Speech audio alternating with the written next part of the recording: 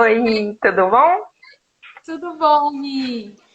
Eu tava aqui meio perdida, porque hoje eu tô sem minha assistente aqui do meu lado e eu sou E péssima cadê em Gabi? geografia. Ai, ela tá deitadinha lá no canto dela. Daqui a pouco ela deve entrar pra assistir, mas ela tá lá no cantinho dela deitada. Tudo bem? Ah, então. Tudo bem, graças a Deus, tudo tranquilo. Ai, Tava olha, um meio prazer ansiosa, vamos imenso. lá. Eu também, um prazer imenso estar falando com você aqui hoje. E eu espero que as pessoas gostem, que eu acho que é uma novidade para bastante gente. E acho que você tem muito para agregar e ajudar todo mundo. Já faz isso, né? Espero poder contribuir. Com certeza. Mi, vamos começar? Vamos? Então tá bom. Então, primeira coisa, eu conheço você há pouco tempo. Eu estava falando aqui que eu já conheço Ciência Rara há um bom tempo, que a página já existe há bastante tempo, né? Mas há pouco tempo que eu conheci quem é você. Mas acho que a maioria não conhece. Eu queria então que você se apresentasse. Claro, bom, meu nome é Michele, né? Como ela já falou. E eu sou uma estudiosa, assim, se a gente pode dizer, da área da saúde. Eu sou bióloga e fiz mestrado e doutorado sempre na área de doença, mas sem envolvimento direto com doença genética. Eu trabalhava com leishmaniose e mais a gente fazia abordagem tanto genética como imunológica da leishmania e da leishmaniose, que é a patologia, a doença, né? Então eu adquiri alguma experiência com alguns termos durante meu mestrado e meu doutorado e com uma doença rara que eu acabei sendo acometida, que é a paraparesia espástica hereditária, eu acabei não conseguindo ir ao mercado de trabalho. Então, eu sou também uma pessoa das doenças raras, né? Que tem uma doença rara e sei como é ter isso na vida. E como que surgiu Ciência Rara? Como que surgiu essa ideia de fazer uma página do Ciência Rara? Por quê? Conta um pouco pra gente. Assim, quando eu fui diagnosticada, eu comecei a conhecer mais pessoas também que tinham doenças raras e que viviam neste mundo. Igual conheci a trissomia do 18, conheci as mãezinhas e as famílias que eram acometidas também com a paraparesia. E comecei a perceber que quando as famílias são diagnosticadas com doença rara, elas acabam recebendo uma enxurrada de termos. É quase um novo idioma, que entra pela vida delas sem pedir nem licença, né? Então, e que essas pessoas ficavam confusas, porque na verdade alguns termos para mim já eram cotidianos, que eram da vida acadêmica que eu gostava de estudar, mas para as famílias não, aquilo era totalmente novo. Então eu vi que, como eu não tinha como ir ao mercado de trabalho, né, pela incapacidade que me trouxe, eu resolvi fazer uma terapia e também ajudar as pessoas que precisavam desse tipo de informação. E aí surgiu Ciência Rara. E que aí não ficou só na sua patologia, né? Isso que é legal, que você então conseguiu visualizar que todas as pacientes e familiares com alguém com uma doença rara precisava desse seu auxílio, né? Sim, e aí uma amiga comentou comigo, olha, no Canadá existe uma pessoa que trabalha fazendo traduções do que o médico fala, porque às vezes a família não entende. E eu falei, olha que bacana. E aí comecei a escrever, do nada. Eu peguei uma folha de papel e comecei a escrever. Aí mostrei essa amiga, ela falou, nossa, que legal, é um jeito diferente de escrever. E aí É, surgiu, foi. Não foi é, nada muito planejado. a gente vai na consulta e sai com a cabeça a mil. Aí você volta na consulta e faz as mesmas perguntas. Assim, demora um tempo, pelo menos no meu caso, demora muito para processar, porque como a gente não é da área, a gente sofre com os termos. E às vezes o médico até acha que você já entendeu e você sai de lá assim, ai meu Deus, será que é isso mesmo? E aí nem sempre Sim, se tem a oportunidade de voltar e fazer a pergunta, né? E isso é complicado. Então, assim, lógico que eu sempre falo e tento perguntar tudo para os médicos da minha filha, né? Mas se a gente Uhum, pode ter uma pesquisinha mais genérica por trás para ajudar, é sempre bom, né? com certeza. Ah, então assim, então para quem não conhece, já começa a seguir Ciência Rara, porque assim tem muita informação lá, é muito legal. Eu sou fã. Sou fã, fiquei assim apaixonada pelo trabalho mesmo. Acho que é assim, não tem, acho que é pioneiro e com certeza é muito, muito importante, porque você fica perdido. Na verdade, assim, existem alguns canais com a finalidade acadêmica, né? Então, eles explicam de uma maneira mais científica, um pouquinho para a pessoa que é da área já, que já tem um certo conhecimento. Na É, agora verdade, para agora eu vi que existe um da UFMG, Ciência para Você, que surgiu esse ano com a pandemia, e é uma maneira de conseguir ajudar as famílias, né? Cada um tem que ajudar um pouquinho com o que tem e contribuir com o que pode. exatamente, exatamente. Então vamos lá. Mia, eu anotei assim perguntas bem básicas mesmo, porque eu acho que são perguntas que valem para todo mundo, independente da doença rara, e que é muito importante a gente saber para a gente ir para o segundo passo para entender a doença de cada um, né? E Uhum. começa bem como você falou, no meu caso, né? O filho nasce e aí você recebe uma enxurrada de termos, você fica assim, meu Deus. Eu, quando minha filha nasceu, o médico falou, ela tem uma síndrome. Eu nem sabia o que era síndrome, que é um termo tão simples, né? Agora, né? Hoje, para mim. E então, assim, talvez para quem saiba ache assim muito simples, mas realmente vale a pena a gente retomar. Eu começo te perguntando, então, o que são doenças raras? O que determina uma doença rara? Bom, a doença rara, o que vai determinar ela é a prevalência, ou seja, o número de pessoas acometidas a cada 100 mil pessoas. Então, toda doença que tem até 65 pessoas acometidas a cada 100 mil, ela é denominada como doença rara. Isso no Brasil. Uai, Michele, mas por que no Brasil? Porque, na verdade, essa prevalência ela vai variar entre diversos países, tá? Então, tem países que esse número ele vai variar um pouco. No Brasil, a gente adota a convenção adotada pela Organização Mundial de Saúde, que é a prevalência de 60 até 65 pessoas em cada 100 mil habitantes. Uhum, uhum.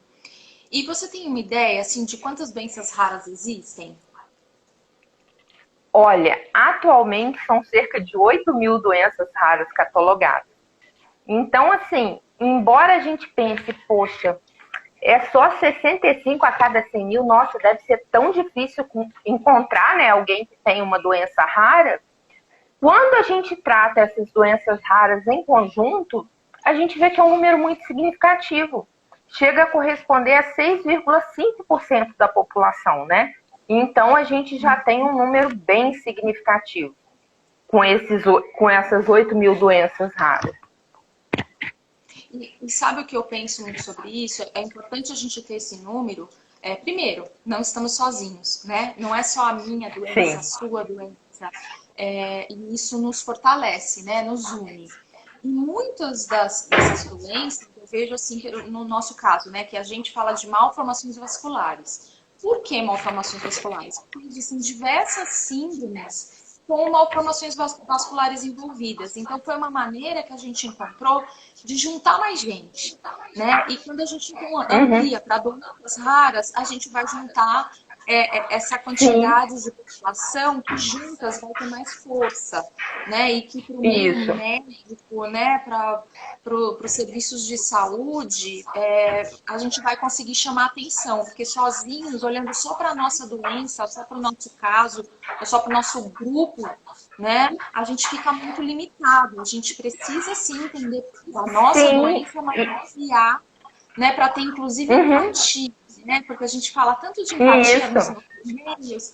E peraí, eu tô sendo empática também com o caso do meu colega, do meu vizinho, né? Então, Uhum. assim, entender doenças raras eu acho importante por causa disso. Eu não posso só entender de proteus, como é o meu caso, né? E Uhum. por isso que eu acho esse trabalho também tão bonito, porque foi o que você fez. Você abriu um canal para falar de todo mundo, né? E isso amplia, né, o público e nos fortalece. E na verdade, assim, era o que eu sabia, né? Porque, na verdade, eu não, nem fiz genética médica. A minha genética na faculdade é a básica. Então, assim, eu não tinha esse aprofundamento. E agora eu Uhum. tenho estudado uma coisinha em outra, procurado um termo em outro, que às vezes as pessoas me perguntam, né? E aí eu vou ver artigos, vou ver publicações, vou ver se tem algum estudo de medicamento. Mas é um universo também que eu estou caminhando devagarzinho. Eu tenho convicção de alguns termos que eu já usava no meu dia a dia. Mas com certeza a Sim, gente vai aprimorando e crescendo e junto. E também a questão de você falou da união é muito importante, porque assim, embora cada doença tenha as suas particularidades, de uma maneira geral elas são muito iguais. Os acometimentos, a questão da luta por ser reconhecido, de ter uma necessidade especial que às vezes não é vista pela sociedade. Então, eu acredito que a gente tem muito em comum e deve sim se unir nessa luta. com certeza, com certeza. E me diz uma coisa, né? Eu falei de síndrome. O que que diferencia, né? A gente conhece o termo doença, né? Fiquei doente. Aí, tem uma síndrome. Qual a diferença de síndrome e doença? Então, quando a gente fala de doença, a gente está falando de algo que tem uma causa específica e tem sintomas também específicos. Então, se eu falar com você que a pessoa está com dor de cabeça, você vai localizar na hora aonde que a pessoa está sentindo. Você pode não saber a intensidade. Então, se eu te falar que a pessoa tem uma gastrite, na hora você vai associar, opa, é algo no estômago que a pessoa está sentindo. Já a síndrome não. A síndrome não é tão específica. Mas como assim, Michelle? A síndrome ela tem sinais clínicos comuns. Por exemplo, uma criança que ela tem baixa implantação das orelhas, ela tem os olhos mais afastados um pouquinho, ela tem a mãozinha assim, a gente fala que ela provavelmente tem traços de trissomia do cromossomo 18, que é uma síndrome. Né? Uhum, A criança com Down tem aquele olhinho tão característico, então é uma síndrome. Mas quando eu falo que a criança tem síndrome de Down ou a criança tem a trissomia do 18, você não consegue imaginar quais os sintomas essa criança tem, né? Então não é tão específico, você não consegue caracterizar tão bem o quadro clínico dessa criança. entendi, entendi. Ela agrupa, né? Eu acho que quando Isso. corrige, né? É dor de cabeça, é o que você falou. Eu sei que é na cabeça, é uma doença, né? Ali você tá Uhum, doente, tá com dor na cabeça, não sei. E agora a síndrome uhum. não, vai ser um grupo de características. E por exemplo, quando a gente fala, igual você fala, a Gabi tem uma malformação vascular. Aonde é malformação? O que que acomete? Qual o grau de acometimento? Agora, se você falar, não, a Gabi tem uma catarata, você já sabe que é no olho, você já imagina que ela não está conseguindo enxergar bem. Então, você tem uma definição maior daquele quadro. Entendi. E você sabe, agora você falou isso, você sabe por que que a gente começou a gente fala isso mesmo, quando alguém pergunta, a gente fala, ela tem uma malformação vascular. Porque quando a gente fala para as pessoas comuns, para a sociedade, ela tem uma síndrome rara, a pessoa olha com uma interrogação, e parece que quando você fala que é uma questão vascular, fica mais fácil, né? E A também quando pessoa você já. fala, Uhum. A pessoa deve imaginar má circulação, ela tem alguma coisa, não sei. exatamente. Então facilita um pouco, né? Então você fala assim, ela tem síndrome de Proteus. A pessoa te olha assim, o quê? O que que... Aí ela fica te pedindo um monte de Tem. informação. Olha, eu já passei da fase de ficar informando para quem não tem nada a ver com a minha vida. Então a gente já fala, olha, ela tem uma malformação vascular. E aí o assunto se encerra por ali, né? E é bem isso, quando é algo Uhum. que a gente não conhece, a gente fica perdida, né? E aí não adianta, a sociedade em si tem curiosidade, né? Eu sempre Uhum. ensinei a entender isso. Mas a gente também tem que dar uns limites, né? A gente não pode deixar as pessoas invadirem a vida da gente quando a gente acha que não deve, né? Sim, até onde a gente se sente confortável, né? E como você falou, tem certas respostas que ajudam a encerrar o assunto, É, né? Na verdade, assim, no meu caso, eu gosto muito de explicar. Então, eu se deixar, eu vou falar da pareparesia tudo que puder falar, entendeu? Porque eu gosto, mas eu acredito que muitas pessoas tenham dificuldade, a minha mãe tem muita dificuldade de falar da doença, de aceitar, então ela não consegue falar com tranquilidade. Tem que como que fala? Respeitar o limite de cada um, né? Sim. Vamos lá. E o que é uma doença congênita? Bom, quando a gente está falando de algo congênito, a gente está falando que algo se desenvolveu durante o desenvolvimento embrionário. Como assim, Michele? O que se desenvolve enquanto o neném está na barriga da mamãe? O coração, então pode ser um probleminha cardíaco, pode ser alguma má formação em algum membro, a criança pode nascer sem esse membro, né? Então, é aquilo que se desenvolve dentro da barriga da mãe. Mas, Michele, isso vem de onde? Então, essa má formação congênita, ela pode ter uma origem genética. Como assim? Genético vai ser tudo aquilo que está relacionado ao nosso material genético, ou seja, ao nosso DNA, que está no núcleo da célula. Então, pode estar vindo do DNA, que o DNA está informando para fazer daquela maneira, ou então pode ser por alguma infecção. Às vezes a mãe teve uma infecção durante a gravidez, ou já tinha prévia, e isso combina com a malformação do feto. E a gente tem também, né, alguns médicos, e eles falam, e são bem taxativos, não usar drogas, não usar bebidas alcoólicas, tomar os suplementos durante a gravidez, tudo para fazer com que o bebê tenha a formação correta. Qualquer anomalia que aconteça durante esse período, enquanto ele ainda está na barriga da mãe, a hora que ele nasce, a gente vai denominar isso de má formação congênita. Porque ele desenvolveu enquanto ele estava na barriga da mamãe. Independente do motivo, se foi lá um gene de papai e mamãe, alguma coisa, alguma infecção, alguma coisa externa, ou isso. Falar, é congênito porque nasceu sem. É isso? Isso mesmo. E aí, a gente fala, é uma né? As pessoas perguntam, é doença congênita? Bom, então, no caso, minha filha é. E a doença genética? Qual que é a diferença, então? O que é doença genética? Ela é sempre congênita, né? A gente sabe que tem a ver com gene. Então, na verdade, é um pouquinho diferente. Ué, Michele, mas por quê, né? Se o gene está lá dentro, já nasceu com ele. Porque tem algumas doenças que a gente vai desenvolver ao longo da nossa vida. Por exemplo, o câncer de pele, né? O câncer de pele você não nasce com ele.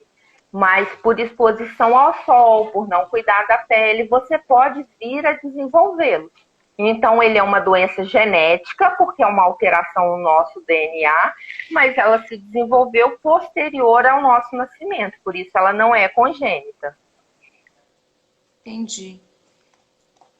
Difícil, né? Então, assim, porque assim, tô aqui pensando, tá? Live é assim. Não, pensa aí.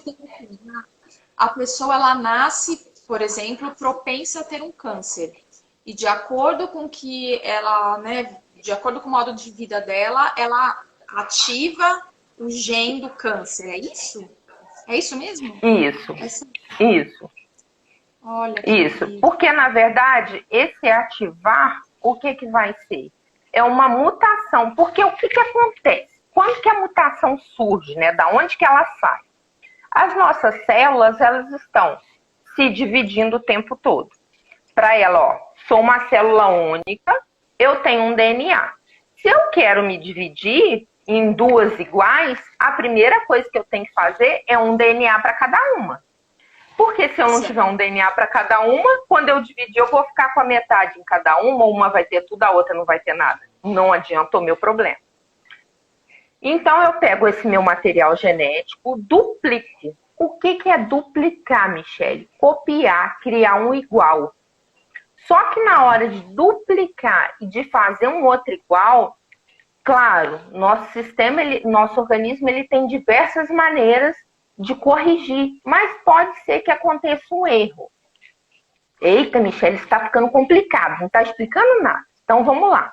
Eu tenho um livro, eu quero copiar esse livro para eu passar a ter 2, tá? Só que na hora de copiar, sem querer, eu troco 2 ou 3 letrinhas de lugar. Porque era muita coisa, então eu acabo me embolando. Então, você acaba tendo 2 células com material diferente das primeiras células. Você copiou errado. Copiou errado é o quê? É a gente ter uma mutação. Então, mutação nada mais é do que uma cópia do DNA, mas que essa cópia não foi bem feita. Então, ela tem um errinho, tá? Então, a gente pode ter essa mutação desencadeada pela luz ultravioleta.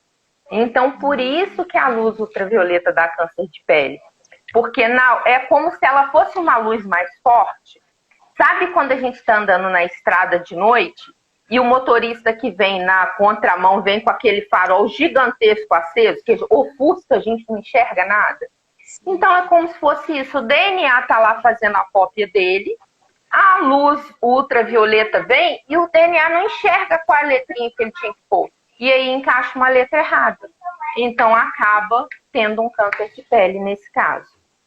Entendi. Se eu não me fiz clara, você me briga comigo. Nossa, perfeito, perfeito. Entendi plenamente. Inclusive, no nosso caso, a gente escuta, né, os médicos falarem que é uma mutação, que eles ainda não sabem o motivo, né, a causa, que eles sabem que é no momento lá embrionário que acontece. E então, a mutação ela pode ser externa ou não, né? Porque você acabou de dar um exemplo de uma mutação provocada, vamos dizer assim. Por um fator externo. Mas aí algo de fora provocou. Por isso que nossos hábitos são importantes. Sim. E aí, a gente escuta também falar que, no caso de Proteus, Klippel, acho que a maioria das malformações assim, dessas síndromes, que tem um estilo de doença, não sei nem se eu estou dizendo de certo, mosaicismo. O que é uma doença com mosaico? Então, tudo vai ficar dependendo de onde a mutação acontece, de que hora ela acontece. Quando essa mutação ela acontece lá dentro da mamãe e do papai, na formação dos gametas, na formação do espermatozoide, na formação do óvulo, a gente vai ter um indivíduo que vai ter todas as células iguais. Por quê? Porque a mutação aconteceu lá atrás. Mas quando essa mutação ela vem acontecer, porque na verdade a gente tem o espermatozoide, a gente tem o óvulo, fecunda. Eu tenho minha primeira célula que está lá na trompa da mamãe vagando para chegar no útero. Essa minha primeira célula, ela quer virar o quê? Um organismo, né? Então ela vai começar a se dividir. Minha primeira célula origina 2. Minhas 2 origina 4. Minhas 4 vão originar 8. E assim a coisa vai crescendo. E toda vez que a célula se multiplica, ela tem que fazer aquela copiazinha do DNA, né? Então é a hora crucial para ela.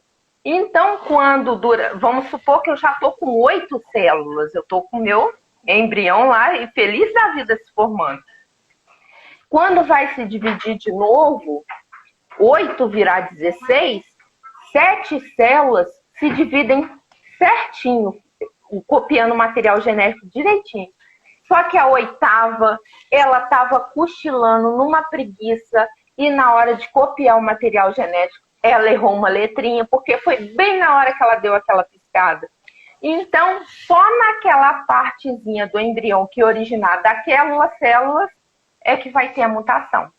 Então, por isso o mosaicismo. O que é um indivíduo mosaico? É o indivíduo que tem células com 2 tipos de material genético diferente.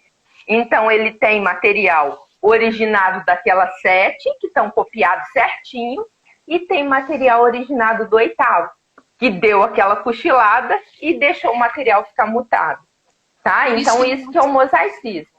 Entendi. Por isso que no nosso caso a gente tem veias normais e veias anormais? Isso mesmo. Então, as veias anormais, ela vem justamente daquela célula que deu uma cochilada. Entendi, entendi. Perfeito, perfeito. Acabei de. Nossa, aprendi uma agora que você nem sabe. E aí, né, a gente começou a falar de genética, né? Então, existe a doença rara, existe a doença congênita e existe a doença genética. Então, nem toda doença congênita é genética e nem toda doença genética Isso. é rara. Cada um é uma coisa. Pode ser que a doença que eu tenho seja genética, congênita e rara, mas pode ser que ela seja só Isso. genética. Na verdade, a maioria, as doenças genéticas, de uma maneira geral, elas são provindas de erro. E o erro não é uma coisa comum, porque o nosso organismo ele tem diversas etapas. Uma para não errar, e uma vez que errou, para tentar conferir e consertar esse erro. Então, um erro acontecer é uma coisa muito difícil. Então, o erro é raro. Então, toda doença genética ela é rara, tá? Tá. Mas nem toda genética é congênita. É o caso lá da que a criança já nasce com ela. E em termos de doenças raras, Michele, então toda doença rara é genética? Calma. Na verdade, a gente tem doenças raras provindas de outros fatores. Como a gente disse, o que vai citar se a doença é rara ou não é a taxa de prevalência dela. Né? Então, a gente tem doenças raras também de origem imunológica. Como assim? Eu sou premiada, né? Que eu tenho duas. A segunda eu praticamente esqueço. O nosso organismo, para se defender, ele produz umas substânciazinhas chamadas de anticorpos, que está aí na mídia toda hora por causa da Covid. Então, os anticorpos, eles vão reconhecer o que é nosso e o que não é nosso. Então, entrou um invasor, ele vai lá, tá, quer matar. Em mim, o que aconteceu? O meu anticorpo, ele acha que a tireoide não pertence a mim. Então, ele ataca a minha própria tireoide. Então, é uma doença autoimune, que a gente chama de autoimune, porque o nosso organismo ele se ataca, que é a tireoidite de Hashimoto. Então, a gente também tem isso como doença rara. Tem doenças infecciosas que também são raras. Então, o que vai determinar se é raro ou não é realmente a prevalência. Mas de todas as doenças raras, 80% são de origem genética, ou seja, a grande parte. Entendi. Interessante isso, viu? Então, nem toda doença genética é congênita, isso eu já falei. E doença hereditária? Então, a doença hereditária e a doença genética, as pessoas confundem muito, né? Principalmente porque, não é o gene que passa de uma pessoa para outra, então é tudo a mesma coisa. Mas não é não, a gente se engana. Porque sempre que a gente fala de doença genética, a gente está falando que é algo que está no gene. E lembra que a gente citou o exemplo do câncer de pele? Ele está no gene, não tá? Não foi a luz do sol lá que ativou, mutou e eu estou com o meu câncer? Mas ele não vai ser hereditário, não é porque eu tenho um câncer de pele aqui que minha filha vai ter. Depende do quê? Dos fatores, da exposição que ela vai ter, de como ela vai se portar. Então, depende um pouquinho do comportamento dela. Então, toda doença que é hereditária, ela é genética, porque quem são herdados são os genes. Mas sim, podem existir doenças genéticas que não são hereditárias. Que foram provocadas. Tudo que é hereditário é genético, mas nem tudo que é genético é hereditário. É como o nosso caso, né? A gente sabe que é uma mutação que acontece no momento lá embrionário, mas não é algo em função dos pais, né? Então, quer dizer, algo lá que provocou lá, o gene que piscou lá e aí acabou ficando errado, né? Isso. Agora, vamos falando tanto de gene. O que é o gene? Né? A gente fica assim, gene, a gente escuta, né? Genética. Eu sou de uma geração que mal estudou genética na escola, né? O que é o gene? Né? Qual que é o papel dele nisso tudo? Na verdade, assim, o nosso DNA, o nosso DNA, ele tá lá dentro da nossa célula. E, Michele, que confusão, né? Primeiro, enxergar o que é uma célula. Vamos brincar com uma célula grande, que é muito fácil da gente entender. O ovo. O ovo é uma célula. Então, na célula, a gente tem a parte de fora, que seria o citoplasma, que é a nossa clara. E a gente tem o núcleo, que é onde está guardado o material genético, que é a gema. Então, toda célula ela tem essa constituição. Então, dentro deste material genético, ó, estiquei meu material genético, ele é grandão, meu DNA. E ele tem muita coisa escrita nele, muita coisa. Bota aí muita letrinha escrita. Cada letrinha, cada trecho de letras, vamos colocar assim, cada trecho, ele está vinculado a uma informação. Pensa numa enciclopédia. Uma enciclopédia Barça, né, que a gente tinha muito antigamente para estudar. Ela tem muitos volumes, mas cada um ele é responsável por uma coisa. E a gente vai abrindo a palavrinha certa. Então, cada informação, cada palavra que a gente ia buscar na enciclopédia Barça é um gene. Então, o gene é a menor unidade informativa da célula. É como se fossem os verbetes do nosso dicionário. E aí, essa menor unidade, ela vai ser responsável, né? A gente fala assim, então a cor do meu cabelo é um gene. A cor dos meus olhos vai ser outro gene. É isso? Por aí, mas a gente tem características que são dadas por mais de um gene. Como a gente também tem gene que dá mais de uma característica. Aí começa. Mas é por aí, o raciocínio é esse. mas o raciocínio é por aí. O gene ele vai ter informação para uma coisa. Vamos colocar assim que vai ficar um pouquinho mais fácil, mais próximo do nosso universo. Entendi. E aí a gente escuta que tem a proteína. A proteína, ela é fora ou dentro do gene?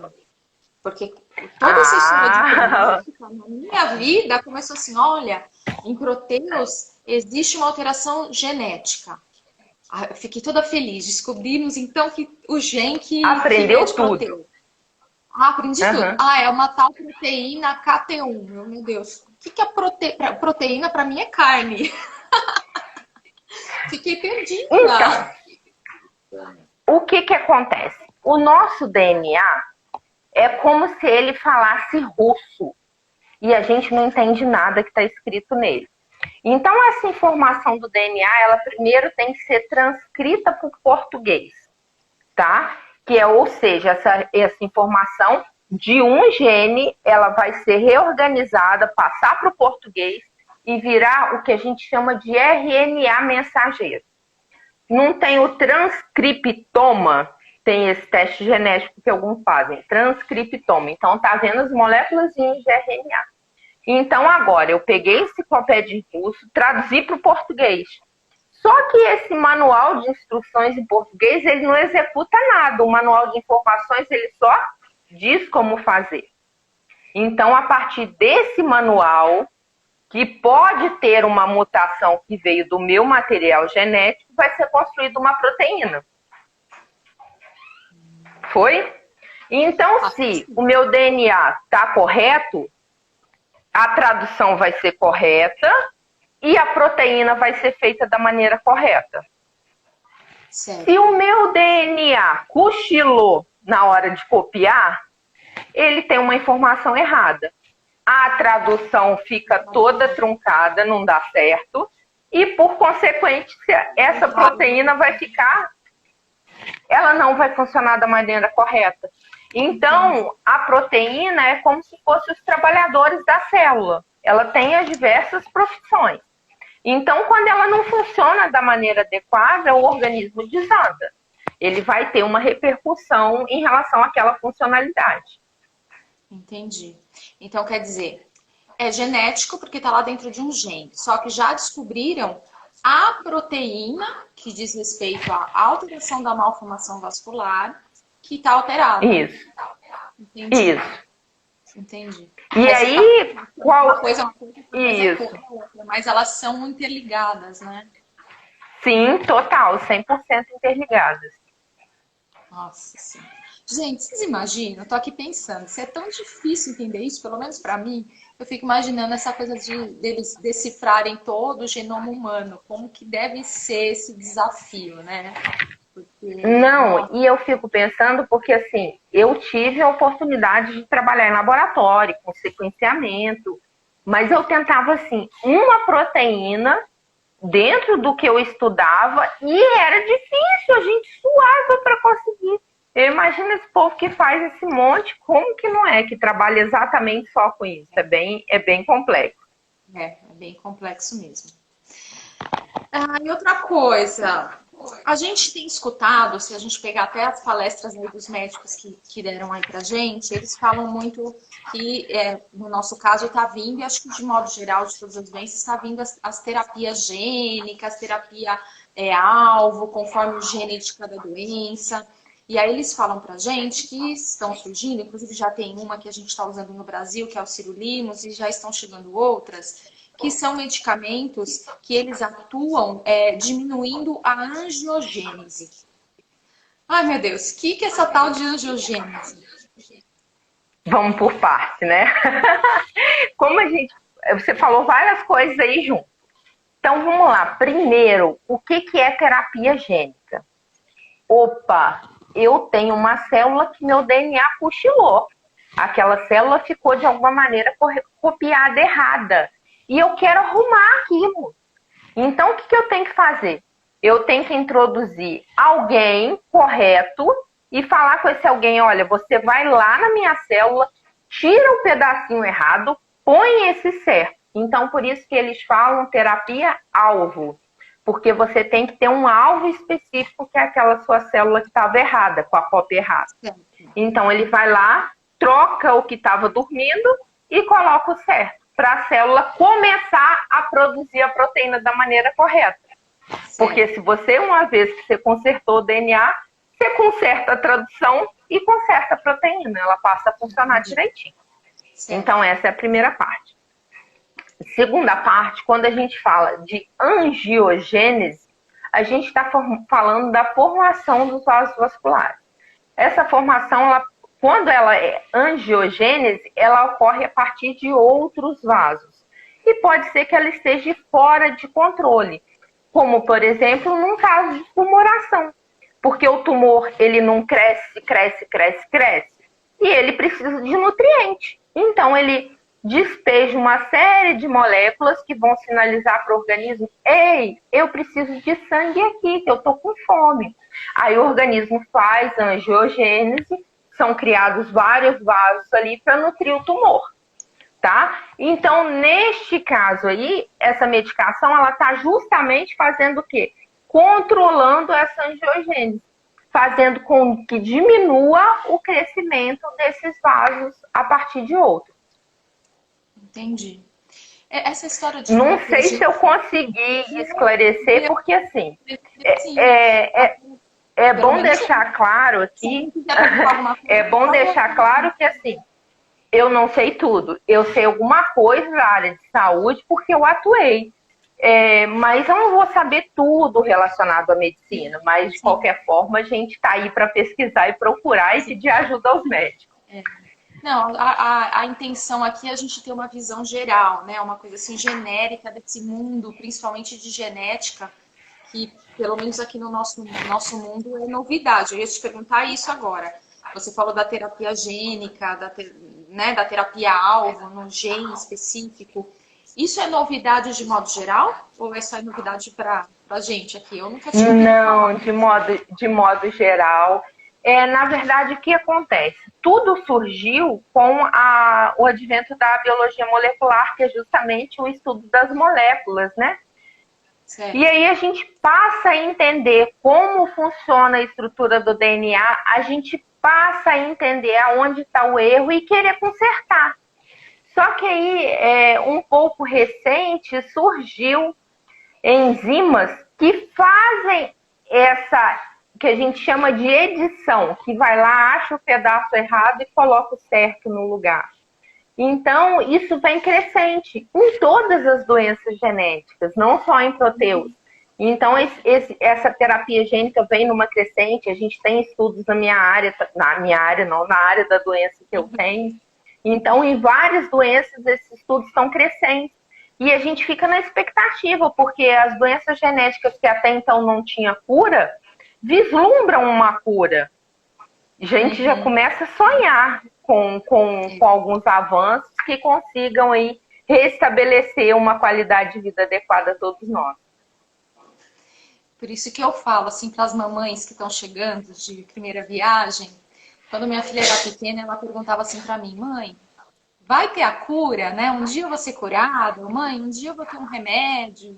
E eu sempre dizia para ela e continuo dizendo, filha, a medicina ela avança demais, né? Hoje não existe, mas eu acredito que ao longo dos anos vai existir. Eu confio na ciência e eu confio nos médicos. E hoje ela está tomando um remédio que tem ajudado muito por boca, né? Então diminui cirurgias, procedimentos e tudo mais. Então, para a mamãe que está chegando, não perca a esperança. Assim, se não tem hoje solução, ela vai chegar. A medicina ela está cada vez evoluindo mais e mais rápido. Então, assim, plante essa esperança em você e no seu filho, porque a gente tem grandes expectativas.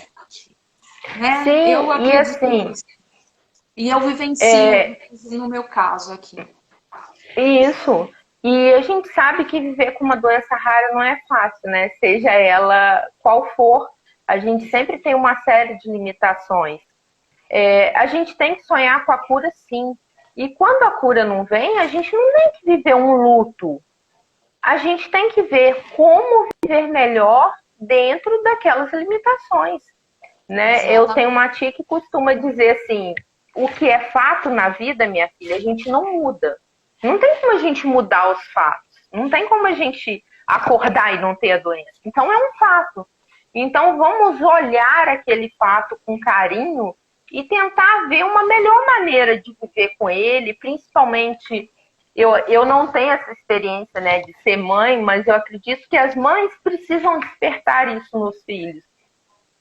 Para eles crescerem com uma esperança de vida. Claro, se tiver a cura, melhor ainda. Mas e se não tiver? Eles vão viver frustrados para sempre? Né? Então a gente precisa um pouco que aprender a lidar com essas limitações.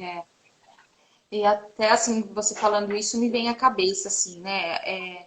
Que a vida não é só isso. A pessoa conseguir trabalhar isso, entender sobre isso, porque faz parte da vida dela, o que vai trazer o bem-estar é você entender da sua doença e buscar tudo que ajude no seu bem-estar, na sua qualidade de vida, mas conseguir viver realmente, né? Vivenciar a família, os amigos, os bons momentos, porque às vezes... Sim.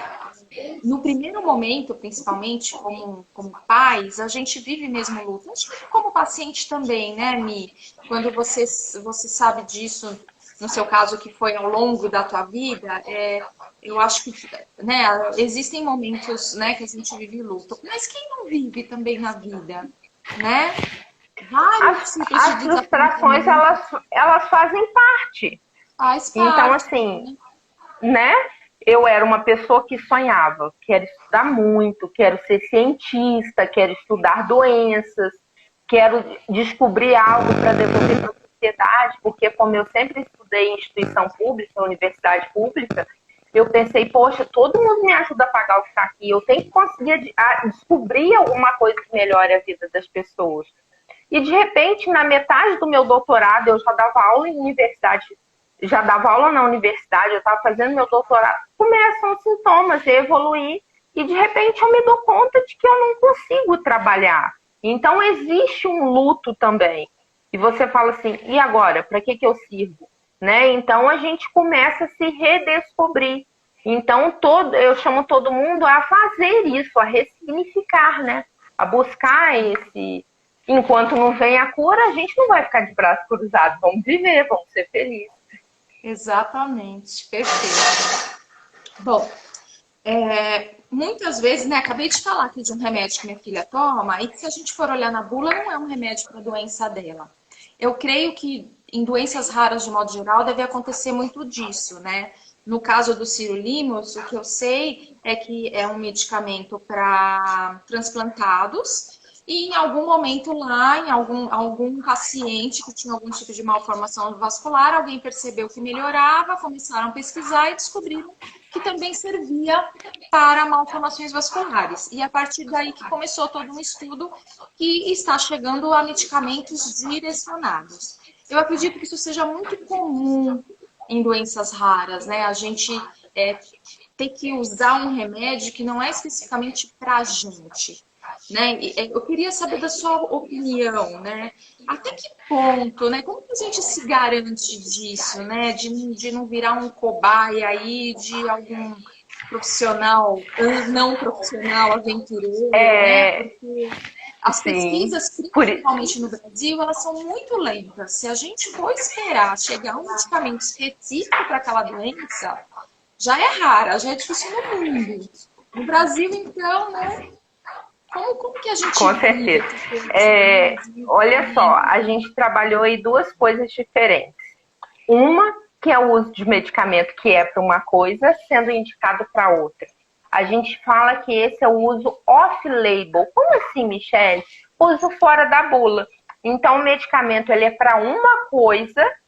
Opa, só que é o que você falou, o médico está ali, está observando. De repente, um paciente dele que tinha algo vascular, ele viu que melhorou o quadro, ele ficou antenado naquilo. Aí daqui um pouco acontece isso em outro caso. Ele foi buscar algo naquele medicamento em estudo que pudesse ser útil para malformações vasculares. Então, esse seria o uso off-label. E nos casos de um medicamento normal, vamos supor, estou pesquisando um medicamento, que você falou da cobaia, né, para a gente não ser cobaia. E nesse caso, na verdade, quando chega a ser utilizado em humanos, o medicamento já passou por uma série de etapas. Ele já foi testado em tecidos, em células isoladas, ele já foi testado em animais. E antes de ser testado no paciente com doença rara, ele é testado na população de uma maneira geral. Como assim, Michele? A gente toma remédio sem saber? Não, na verdade existem pesquisas para saber se o medicamento é tóxico ou não. Se no organismo sadio, ele seria capaz de induzir alguma resposta não adequada. Então, nesta etapa, que é a primeira etapa da fase clínica, a gente já vai tirando os tóxicos. E aí depois estuda a dosagem. Então é feita toda uma triagem, é um estudo que demora aí anos e anos para acontecer. Não é nada num instalar de dedo. Ótimo. Por isso que as pesquisas têm fases e agora nessa época de Covid a gente escuta muito, né? Que assim, então pulando algumas fases com uma certa segurança para a gente poder vencer essa pandemia. Na verdade, assim, eles fundiram duas fases, porque normalmente a fase clínica, que é a de humanos, são 3 fases, então eles meio que fundiram a 1 e a 2, e eles estão partindo para acelerar o processo, e se Deus quiser vai dar tudo certo. E no caso de doenças raras, assim, eu falei cobaia, né, que é um termo que dói, assim. Não, né? É um termo corriqueiro, que a gente usa mesmo. E assim, mas eu que sou leiga, eu falo, ai meu Deus, tô sendo uma cobaia. Mas assim, existem cobaias e cobaias, né? A gente precisa... A gente se sente um ratinho de laboratório. Mas a gente precisa participar disso, né? Legal. Eu queria também te fazer outra pergunta. Nosso tempo tá acabando, vou tentar ser rápida. A gente acaba, né? Às vezes eu escuto assim, o pessoal falando, ai, não procuro nada no Google, ou médico falando, não procure nada no Google. Gente, pelo amor de Deus, a gente vive o mundo da internet. Impossível ir no médico, ele falar que eu tenho alguma coisa e eu chegar em casa e não olhar no Google. Não tem como, todo mundo pesquisa. Impossível, né? Quem falar que não pesquisa tá mentindo. Eu acho assim, a gente tem que saber filtrar, né? E não se desesperar porque viu uma informação no Google. Queria a sua opinião um pouquinho sobre isso. Como você é da área técnica, como que a gente lida com isso, com essas informações que a gente acaba pesquisando? Assim, o que acontece? É o que você falou. Eu sou da área técnica. Então, naturalmente, eu já tenho um filtro. Como que você faz suas pesquisas, Michele? Vamos supor. Eu peço para você falar de malformação. Como é que você vai aprender? eu vou em sites que só tem artigos científicos. Então, são sites que eu confio. Ah, Michele, mas eu não tenho esses sites. Eu quero entender, porque o médico me falou que eu tenho uma formação. Primeiro, que eu não sei aonde esse site que você está falando. E segundo, que eu não sei inglês. Esse artigo você lê em inglês. E aí, como é que eu faço? Então, você vai tentar achar coisas mais confiáveis. Como assim? Se você vê que a sua matéria tem alguma... Ah, tô lendo lá, tá no site da Super Interessante. Opa, Super Interessante é da Globo. Pode ser que seja confiável. Tá lá no site da Escola da Tia Filomena. Ah, não sei, essa Escola da Tia Filomena, ninguém entra lá para ver. Será que é confiável? Então, durante as pesquisas, a gente tem que se questionando. E também é muito interessante, quando a gente não sabe nada de um assunto, o primeiro que a gente lê, a gente vai achar que é verdade, 100%, ok? Então, o que é legal? Lê de um, lê do segundo, compara, lê do terceiro, comparou aqueles três e converse com alguém que tem alguma experiência, né? Graças a Deus, hoje a gente tem a internet, a gente tem a rede de amigos raros, então vocês com certeza têm um grupo de malformações. Então, isso vai ajudando a gente a trocar experiências e trocar informações, propiciando e diminuindo um pouco o número de erros que a gente tem nas interpretações. Perfeito. É isso mesmo. Nosso tempo está acabando. Quanto tempo a gente tem? 5 minutos. Então, eu vou te fazer uma pergunta e já pedindo para você fazer suas considerações finais. Que conselho você daria para uma pessoa com doença rara? Olha, que conselho eu daria. Viva, seja feliz. Você é raro, raro. O que é ser raro? Você é feliz, seja feliz, viva dentro das suas limitações, viva da melhor maneira possível. Ah, existe luto? Ah, Michele, tem dia que eu não tô bem? Sempre. Vai ter dia que a gente tá bem, tem dia que não tá. Nada como um dia após o outro. Você tá sentindo muita dor, hoje tá ruim? Vai passar. Daqui a pouco, outro dia melhora. Então, vamos devagar, vamos com calma, vamos ter fé, né? E seguir em frente. Que nada é o fim do mundo. A gente pode ser uma situação difícil? Pode. Mas também não é nada impossível de se lidar, né? Seja feliz.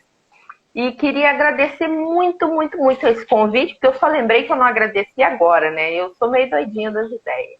Então, tá assim, agradecer muito, tá? Muito carinho. E estou sempre à disposição para o que eu puder ajudar, o que eu souber e poder contribuir. O que eu não souber também eu posso procurar. E junto a gente vai aprender. Ah, Michele, muito, muito obrigada mesmo. Eu espero que as pessoas consigam entender por que eu fiquei tão fã dessa mulher. Porque você realmente é muito especial, explica de um jeito muito, muito carinhoso mesmo, ajuda demais, demais. E eu te desejo toda a saúde, toda a felicidade do mundo. Muito, muito, muito obrigada mesmo. E até a próxima. Vamos ter contato. Muito obrigada mesmo. A nós todos. E fico à disposição no Ciência Rara. Qualquer dúvida que tiver, que precisarem, podem ficar à disposição de me chamar lá, de mandar zap e perguntar. Tá bom? Obrigada. Beijo grande. Bom fim de domingo. Muito obrigada. Beijo. Tchau, gente. Tchau.